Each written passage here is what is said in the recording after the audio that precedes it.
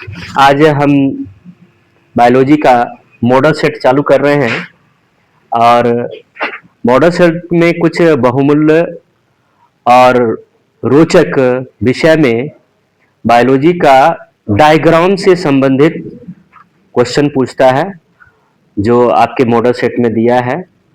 ठीक है, मादा जनन अंग का नामांकित चित्र बनाएं, उनका वर्णन करें, मानव शुक्राणु का नामांकित चित्र और एवं वर्णन करें। ठीक है, डीएनए स्ट्रक्चर के बारे में बताएं। जो आपके मॉडल सेट में इस बार 5 सेट दिया है, 5 सेट में ये सारे क्वेश्चन पूछे हुए हैं। तो आज हम चित्र से संबंधित क्वेश्चन चालू कर रहे हैं। आज मेरा पहला क्लास चल रहा है, लाइव क्लास चल रहा है और मेरे चैनल का नाम के कैंपस स्टडी पॉइंट है। ठीक है, आज मैं पहला वीडियो बना रहा हूँ क्लास 12 साइंस वाले बच्चे के लिए, बायो का। ठीक है, तो सबसे पहले ध्यान देते हैं पहला क्वेश्चन पर। मॉडल सेट का ये क्वेश्चन जो है ये 5 नंबर मार्क्स का आता है। मॉडल सेट फर्स्ट फिगर से संबंधित जो भी क्वेश्चन आएगा उसको आज हम देखते हैं। सबसे पहले है मादा जनन अंग, मादा जनन तंत्र का नामांकित चित्र सहित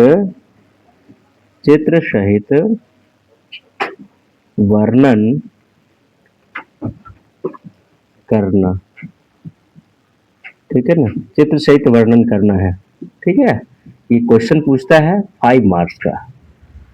कितने मार्क्स का? 5 मार्क्स का। ठीक है, नर जनन तंत्र भी बताएंगे, लेकिन नर जनन तंत्र से ज्यादा इंपॉर्टेंट मादा जनन अंग है और इससे रिलेटिव और नर जनन अंग तंत्र से शुक्राणु का नामांकित चित्र पूछता है। ठीक है, तो चलते हैं मादा जनन अंग। सबसे पहले फिगर आप लोग को जब तक फिगर आप प्रैक्टिस नहीं कीजिएगा तब तक फिगर नहीं बनेगा। तो फिगर एक आध बार आपको क्या करना है, प्रैक्टिस करना है। चलिए हम फिगर बना रहे हैं।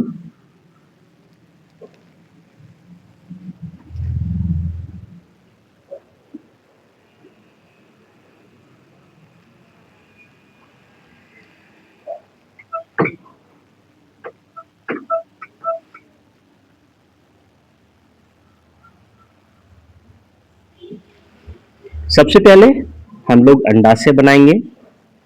ये अंडाशय की संरचना है। सबसे पहले अंडाशय बनाएंगे, उसके बाद इसका नामांकन करेंगे। सबसे पहले हम चलते हैं, फिगर जब भी बनाना है परीक्षा में आप पेंसिल का इस्तेमाल कीजिए, कलम से नहीं फिगर बनाना है। और कोशिश कीजिए चित्र बनाने के बाद नामकरण कोई एक साइड से करना चालू कीजिए, जो काफी नजदीक हो उस साइड से आपको नामकरण करना होगा।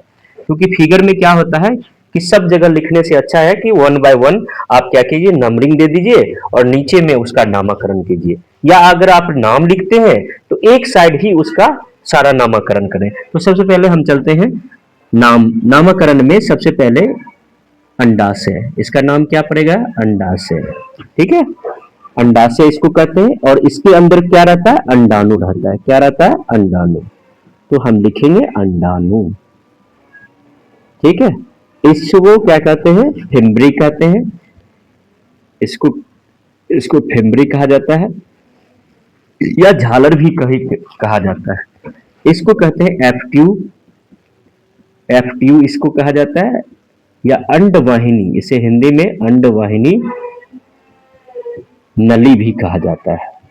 ठीक है, उसके बाद ये वाला भाग जो है इसको फंडस कहा जाता है। क्या कहा जाता है? फंडस। ठीक, और पूरे मादा जनन अंग को कितने भागों में डिवाइड किया गया? 3 भागों में डिवाइड किया गया। तो 3 भाग कौन कौन है? 3 भाग जो है आप लोग का, 3 भाग जो है यहाँ पर सबसे ऊपर वाले भाग को, ये वाले भाग को कहा जाता है काय। क्या कहा जाता है बाबू? काय कहा जाता है। इस भाग को कहते हैं ग्रीवा। ठीक है, और इस भाग को कहा जाता है गर्भाशय। क्या कहा जाता है? गर्भाशय कहा जाता है। गर्भाशय कहा जाता है। ठीक है, और सबसे निचले भाग को इसे योनि कहा जाता है और इस भाग को कहा जाता है भंग। क्या कहा जाता है? भंग कहा जाता है। तो हमने कोशिश किया कि सारा नाम एक ही साइड हो। ठीक है ना, और सबसे पहले नामकरण के बाद हम क्या करते हैं, इसका वर्णन करते हैं स्टेप बाय स्टेप। तो हम सबसे पहले समझाते हैं, ठीक है ना। तो सबसे पहले आते हैं अंडाशय के बारे में। किसके बारे में आते हैं? अंडाशय के बारे में। अंडाशय अर्थात ओवरी। अंडाशय किसको कहते हैं? यह अंडाशय जो है मादा जनन अंग का वह भाग होता है जिसमें अंडाणु का क्या होता है, अंडाणु बनता है, अंडाणु निर्माण होता है। अंडाशय के अंदर क्या होता है? अंडाणु निर्माण होता है। और यह घटना जो है ये कहलाती है ओजेनेसिस, अंडजनन। और ये अंडजनन होता कब है? जब मासिक धर्म होता है।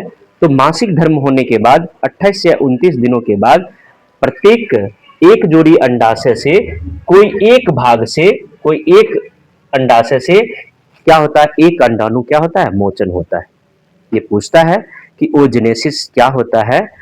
अंडाशय में अंडाणु बनने की घटना को या बनने की क्रिया को क्या कहते हैं? ओजेनेसिस कहते हैं। और ये ओजेनेसिस क्रिया कब होती है?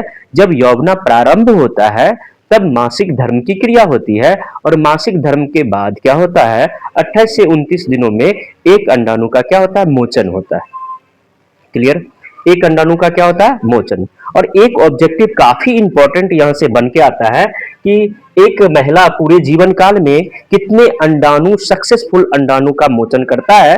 तो आपको ऑप्शन वहां दिया जाएगा 380, 400, 420, ठीक है ना। इनमें से कोई नहीं, नन ऑफ दीज। तो याद रखना है कि पूरे जीवन काल में एक महिला जो है सक्सेसफुल अंडाणु 380 देता है। कितना देता है? 380। ठीक है, यहां से दो क्वेश्चन ऑब्जेक्टिव आता है एक बाबू कि पूरे जीवन काल में कितना अंडाणु देता है? 380। और अंडाशय से अंडाणु बनने की घटना क्या कहते हैं? ओजेनेसिस कहते हैं। मादा में अंडाशय से जो अंडाणु निकलता है वो मासिक धर्म के बाद निकलता है। यहां से ये क्वेश्चन होता है। फिर अंडाशय का अगर पूछ दे आकार कैसा होता है, तो आकार में आपको लिखना है अंडाशय का आकार जो होता है ये बादाम के आकार का होता है। कैसा होता है? बादाम के आकार का। कैसा आकार होता है? बादाम के आकार का होता है। और क्वेश्चन पूछता है कि ये जो इसका रंग कैसा होता है? कैसा रंग होता है? इसका रंग कैसा होता है? तो ये हल्के भूरे रंग के होते हैं, हल्के गहरे भूरे रंग के होते हैं। कैसे होते हैं? भूरे रंग के होते हैं। और ये घिरा रहता है एपिथेलियम झिल्ली से। एपिथेलियम उत्तक से क्या होता है? उत्तक से क्या होता है? घिरा रहता है। क्लियर? और इसकी संख्या क्या होता है? अंडाशय का संख्या क्या होता है? अगर पूछ दे अंडाशय की संख्या क्या होती है? एक जोड़ी होती है। एक जोड़ी होती है। और संख्या में पूछे तो दो होती है। संख्या में पूछे तो कितना होता है? दो होता है। ठीक है, क्लियर? अब आइए अंडाशय के बाद आता है अंडाणु की बात करते हैं। अंडाणु मतलब होता है अंडाशय जिसमें अंडाशय के अंदर जो रहता है, जो गैमीट रहता है उसे अंडाणु कहते हैं। क्या कहते हैं? अंडाणु कहते हैं। इसे फीमेल गैमीट कहते हैं। इसे क्या कहते हैं? फीमेल गैमिट कहते हैं। क्या कहते हैं बाबू? फीमेल गैमिट कहते हैं। इसे कहा जाता है फीमेल गैमिट अर्थात मादा युग्मक। क्या कहा जाता है? मादा युग्मक कहा जाता है। क्या कहा जाता है बाबू? युग्मक कहा जाता है। मादा युग्मक, इसे मादा युग्मक कहते हैं। क्या कहते हैं? मादा युग्मक कहते हैं। क्लियर? अब जब क्या होता है, जब ओजेनेसिस की क्रिया होती है तो क्या होता है? एक अंडाणु बाहर रिलीज होता है। और ये फिम्बरी क्या करती है? हाथी के सूर के समान ये संरचना होती है। इसे कहीं कहीं झालर भी कहा जाता है।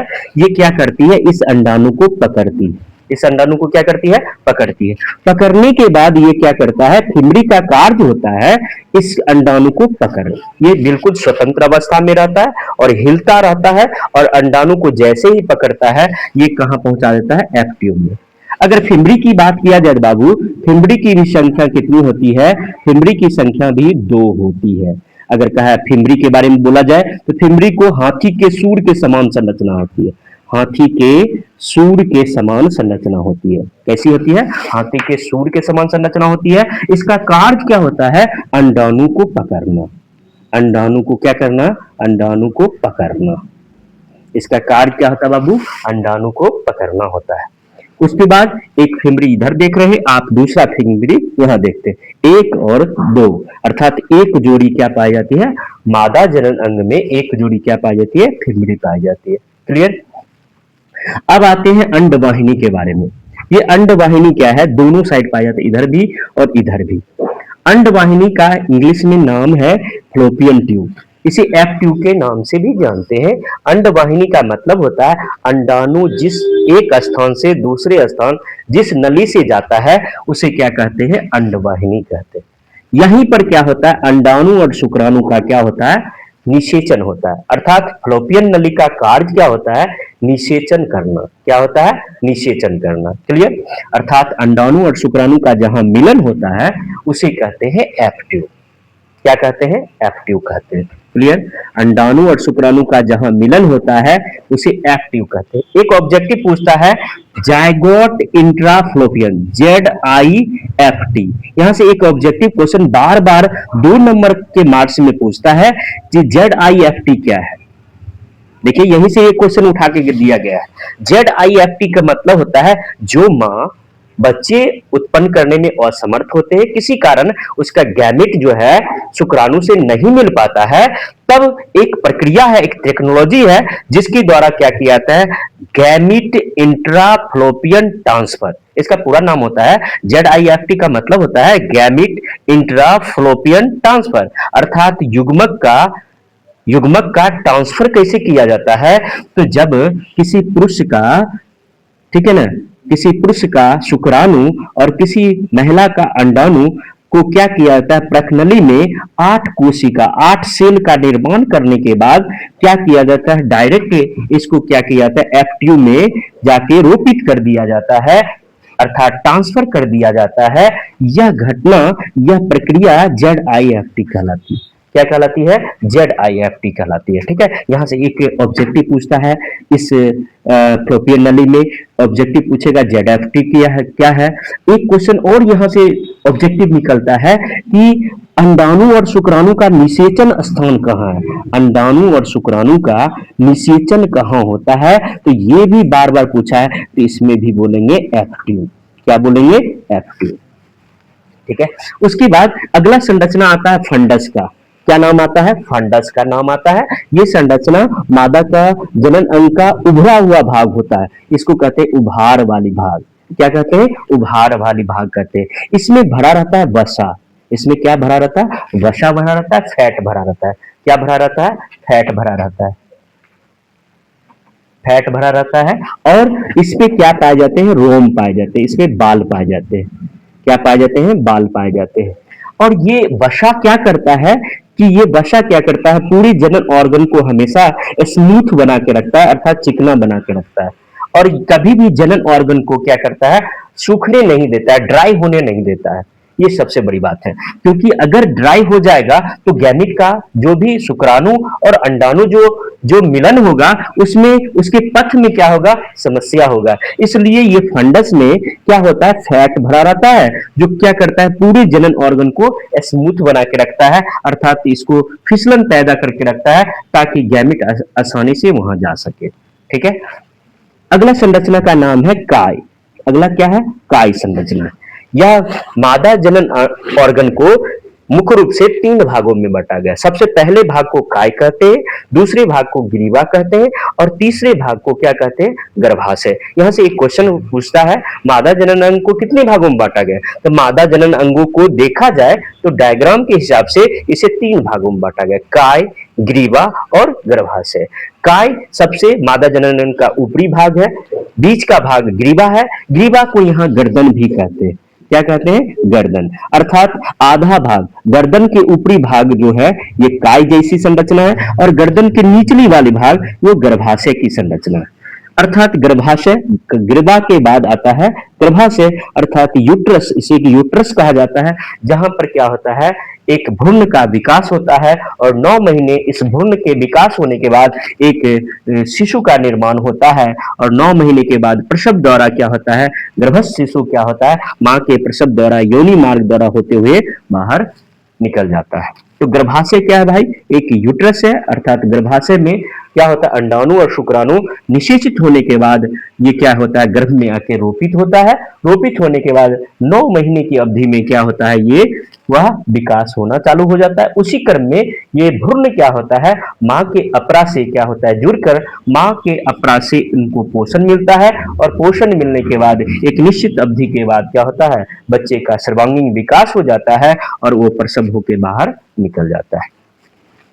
गर्भाशय की बाद की संरचना, दो संरचना काफी महत्वपूर्ण संरचना है, योनि और भंग। योनि योनि वह भाग होता है जहां से बच्चे का क्या होता है, प्रसव होता है, अर्थात योनि से मूत्र का भी उत्सर्जन होता है और बच्चे का प्रसव भी यहीं से होता है। योनि के सबसे नाजुक परत जो होती है, सबसे नाजुक लेयर जो होता है उसको भंग कहते हैं, जो जो सबसे अग्रभाग पर, योनि के अग्रभाग पर पाई जाती है। इस प्रकार आप लोग एक डायग्राम के माध्यम से पूरे नामांकित चित्र का वर्णन आप कर सकते हैं। ये 5 नंबर का क्वेश्चन पूछता है, बार बार ये क्वेश्चन आता है, ठीक है। और नेक्स्ट क्लास में हम बताएंगे, नेक्स्ट क्लास जब वीडियो बनाएंगे तो इसका डिटेल हम आपको बताएंगे और ज्यादा, ठीक है। आज के लिए बाय।